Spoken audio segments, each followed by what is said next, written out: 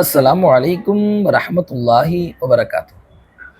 அல்லாஹ்வின் தூதர் ஸல்லல்லாஹு அலைஹி வஸல்லம் அவங்க ஒரு ஹதீஸ்ல இவ்வாறாக சொன்னாங்க.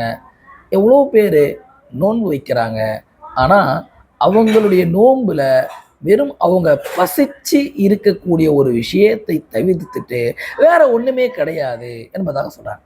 கண்ணியமானவங்களே, அதாவது சாப்பிடாம குடிக்காம மனைவியிடத்துல சேராம இருந்தா மட்டும் போதும், மீதி எல்லாமே செய்யலாம் அப்படின்ற மாதிரி தான் இன்னைக்கு நம்மள நிறைய பேர் தாட்டு.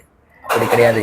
கண்ணால அல்லாஹ் எதெல்லாம் பார்க்கறத ஹராமாக்கி இருக்கிறானோ அப்படிப்பட்ட விஷயங்களை கண்ணால பார்க்க மாட்டோம். காதால எந்தெந்த விஷயங்கள்லாம் கேட்கறது ஹராமாக்கப்பட்டிருக்கின்றதோ அந்த மாதிரி விஷயங்கள்லாம் காதால கேட்காம இருக்கணும். வாயால எந்தெந்த விஷயங்களை பேசுறத ஹராமாக்கி இருக்கின்றானோ அப்படிப்பட்ட விஷயங்கள்லாம் வாயால பேசாம இருக்கிறது தான் முழுமையான நோன்பு.